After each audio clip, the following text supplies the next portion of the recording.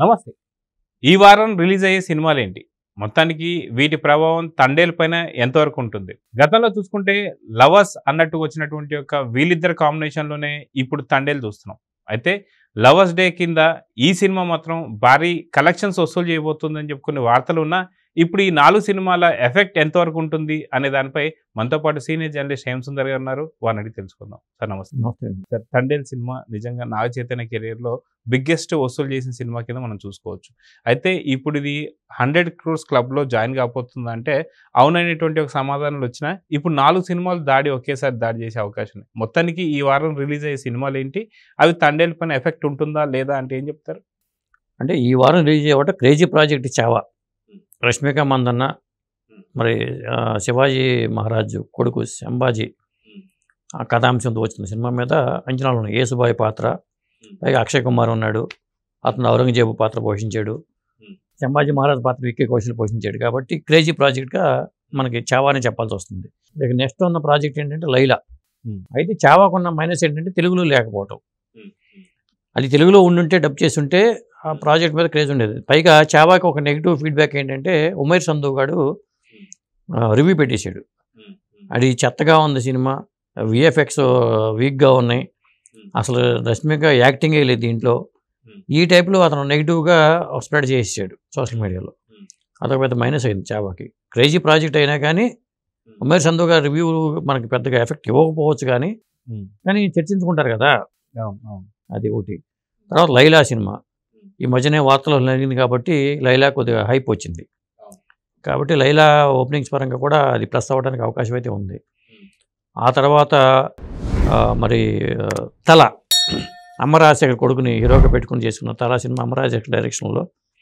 అమరాజశేఖర్ అతను డైరెక్షన్లో కొత్త సినిమాలు వచ్చినాయి, కొరియోగ్రాఫర్ అతను. ఇప్పుడు 'తల' అనే సినిమా అదొకటి ఉంది. తర్వాత 'బ్రహ్మానందం' వాళ్ళ అబ్బాయి హీరోగా, బ్రహ్మానందం కూడా మెయిన్ లీడ్.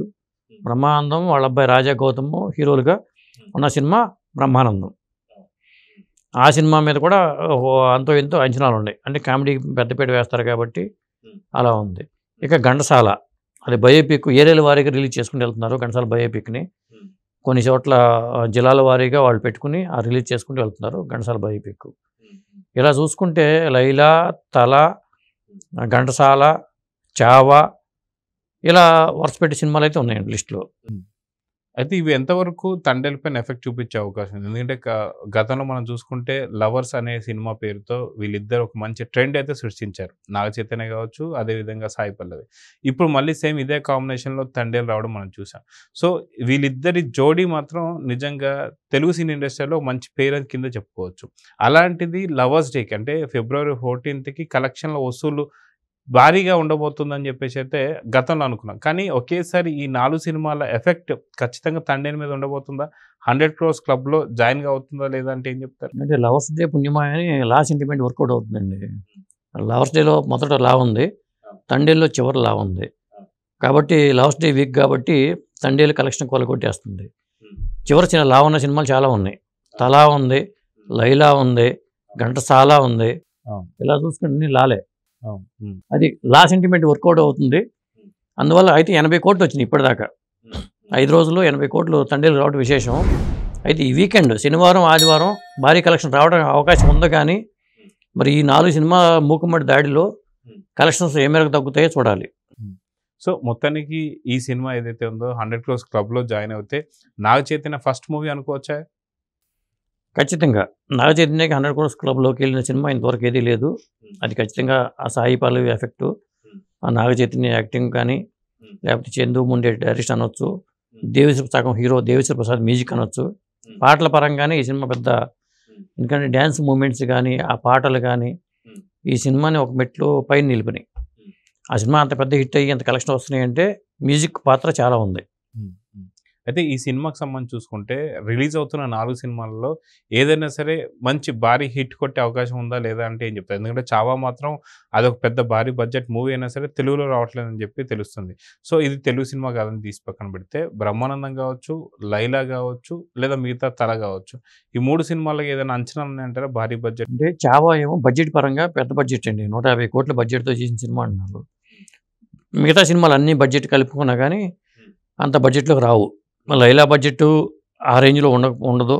ఖచ్చితంగా అది 30 కోట్లు 40 కోట్ల సినిమానే చెప్పాలంటే. ఇక మరి తల, అది అమరాశేఖర్ సినిమా చాలా తక్కువ బడ్జెట్లో చేసిన సినిమాలుగా చెప్పాల్సి వస్తుంది. కేవలం ఫైట్స్ నమ్ముకుని చేసిన సినిమాగా చెప్పొచ్చు అది తల సినిమా.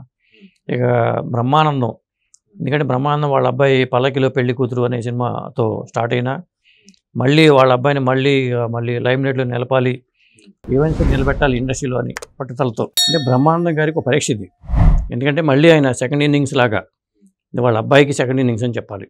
అంటే మామూలుగా చూసుకుంటే మనకి ఇక్కడ ఇద్దరు తండ్రులు పట్టుదలతో తల పట్టేటట్టుగా మన అమ్మ రాజశేఖర్, ఇంకో పక్కన బ్రహ్మానందం. సో అదిగాక ఏదైతే బ్రహ్మానందం సినిమా కావచ్చు, లైలా సినిమాకి మెగాస్టార్ చిరంజీవి గారు ఈవెంట్కి సంబంధించి రావడం కానీ, ప్రమోషన్స్ భాగంలో ఆయన కూడా చెప్పడం జరిగింది. సో మొత్తానికి ఇక్కడ బ్రహ్మానందం సక్సెస్ అయ్యే అవకాశం ఉందా, లేదా తల అనే పట్టుదలతో రిలీజ్ చేసిన అమ్మ రాజశేఖర్ సినిమా సక్సెస్ అయ్యేది ఉందంటే ఏం చెప్తారు? ఏమో లైలా సక్సెస్ కావచ్చేమో. ఇప్పుడు లైలాలో 2 లాలు ఉన్నాయి, అది ఇంకా పెద్ద హిట్ అవ్వచ్చుగా. సో చూద్దాం సార్, మొత్తానికి ఈ 4 సినిమాల ఎఫెక్ట్ అనేది తండేల్ పైన ఎంతవరకు ఉంటుంది ఏంది, అసలు ఈ వీకెండ్ కల్లా 100 క్రోర్స్ క్లబ్లో జాయిన్ అవుతుందా లేదా తండేల్ అనేది చూద్దాం మరి. నమస్తే. నమస్తే.